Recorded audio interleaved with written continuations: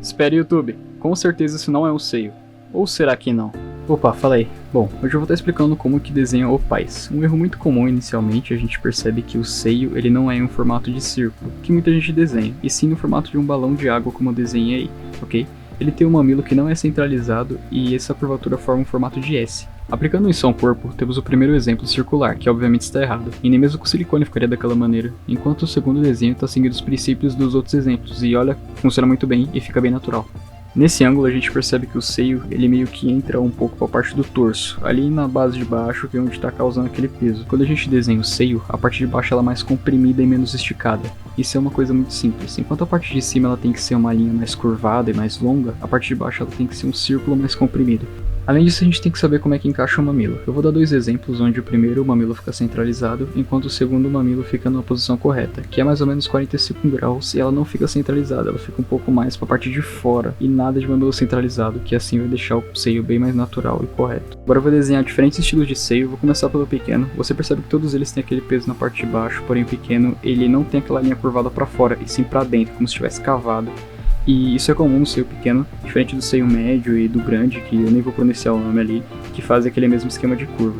Bom, agora desenhando o seio que é mais avantajado, percebemos que o mamilo dele fica bem mais destacado, e ainda assim a gente tem aquela lógica do peso, mas você percebe que o seio ele é bem mais avantajado, ou seja, bem mais circular na parte de baixo, na parte de cima também, e ele ainda causa aquela sensação bem grande. Eu separei aqui em 5 pontos porque ela é uma técnica que eu uso, onde você começa pelo ponto no início do seio, antes do mamilo, depois do mamilo, no meio do círculo e no final do círculo de baixo.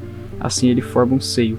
Essa técnica se aplica para qualquer tipo de seio e eu inventei ela quando eu estava olhando alguns desenhos, não é isso que você está pensando, pode ter certeza. Mas enfim, agora em perspectiva, a gente percebe que nesse primeiro opai que eu desenhei, o mamilo ele fica destacado na silhueta, pela forma que a gente está olhando em si o seio. E esse seio meio que fica de lado enquanto o outro fica de frente, ou seja, a silhueta dele não vai destacar aquele elevo ali do mamilo, e sim o mamilo vai ficar mais pro centro, ok? Enquanto aqui a gente tem um desenho da esquerda, como se a câmera estivesse olhando de baixo. Se o personagem estivesse deitado, ele ia causar um peso, dependendo do peso do seio, do tamanho do seio, ele meio que ia ficar achatado. Mas a gente está mostrando como se estivesse olhando de baixo. Não esqueça também que o seio ele fica meio que curvado, porque nosso corpo ele tem essa parte do torso curvado. Ele não vai ficar como se fosse o seio em cima de uma chapa de metal, ok? Isso serve para um exemplo ali de um seio também menor. Olhando esse exemplo, a gente pode ver como que tem a separação dos seios. Ele não pode ficar totalmente junto naturalmente. Ele precisa ser pressionado por alguma coisa, por uma roupa, por um sutiã, por um braço, por qualquer tipo de coisa que pressione os dois seios para eles ficarem juntos, senão eles meio que têm um separamento ali entre os dois. Olhando aqueles exemplos anteriores, inclusive do balão, agora eu vou estar mostrando como que o seio iria interagir com alguns objetos. Por exemplo, eu desenhei uma chapa de metal, um bastão de metal, e estou mostrando como seria o exemplo errado primeiro, que é só comprimir o seio em cima dessa base, sendo que ele deveria se expandir e tratar como se tivesse realmente água ali dentro. Eu estou mostrando outro exemplo aí como se estivesse mais para cima a barra ainda, e vocês percebem que quando ele vai fazendo isso, ele vai comprimindo e interagindo, inclusive às vezes transborda um pouco. Dos princípios de animação do Alan Becker, você pode perceber que quando o objeto ele é comprimido por cima, ele tem que se esticar de lado também, ou seja, funciona do mesmo jeito para o seio. Eu vou mostrar agora com as setas, como você pode ver, quando ele é abaixado, ele tem que expandir para os lados também. Bom, agora eu vou desenhar isso em um personagem que eu fiz, ok? Eu vou desenhar primeiramente o seio padrão, que seria razoavelmente médio ou grande, dependendo da sua percepção, seguido dos mesmos princípios de antes, como vocês podem ver, fica um pouco ali abaixo da axila, mais ou menos. E não tem aquele formato do bico na ponta, porque a gente está desenhando o personagem de frente. Como vocês podem ver ali, eu fiz o mamilo do jeito correto, apaguei ali a base que eu tinha feito. E o seio ele fica perfeitamente encaixado e bem natural.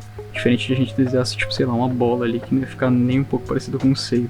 Eu vou desenhar também o seio em formato pequeno, como vocês podem ver, ele fica mais cavucado, vamos dizer assim, no início, em vez de ficar aquele arco mais circular, ele fica mais para dentro. E ele também vai ficar natural, tá, pessoal? E você não precisa fazer um personagem com um seio enorme para o personagem ter um corpo bonito, ter uma boa característica marcante, porque isso não é necessário, tá? E como vocês podem ver, realmente fica muito bem feitinho. Tem como vocês aplicarem em qualquer personagem de vocês, usando essa lógica que eu falei pra vocês anteriormente, ok? E agora eu vou desenhar os opais bem grandes, né? Ou seja, naquele estilo que eu vou evitar falar muito para não tomar aí uma desmonetização. Novamente aplicando, vocês podem ver que o peso dele é aplicado mais para baixo e ele não fica com o seio mais para cima só porque ele é grande. Ele realmente vai começar no mesmo lugar que deveria começar e o peso ele é aplicado para baixo, ok? Não vai desenhar o peito lá em cima só porque a personagem tem um peito grande, a menos que tenha alguma coisa levantando esse seio. E como vocês podem ver, eu fiz aí novamente o mesmo exemplo de antes, com aquele peso bonitinho aplicado. E desenhei o mamilo também no ângulo meio que 45 graus, um pouquinho mais pro lado. E ele funciona perfeitamente, pessoal. Qualquer personagem que você quiser aplicar esse método, você pode até desconstruir com 5 pontos que eu apliquei antes, vai funcionar. E como última dica, eu tô deixando uma imagem referência aí, que é um desenho meu. E não tenho medo de usar referências, aí vocês podem olhar e eles têm os opais de diversos ângulos, ok? É um estudo de observação.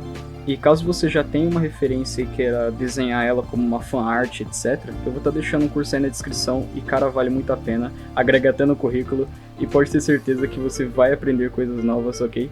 E se você curtiu o vídeo, deixa o seu like, se inscreve aí no canal. E é isso, não se esqueça de olhar o link na descrição. Falou!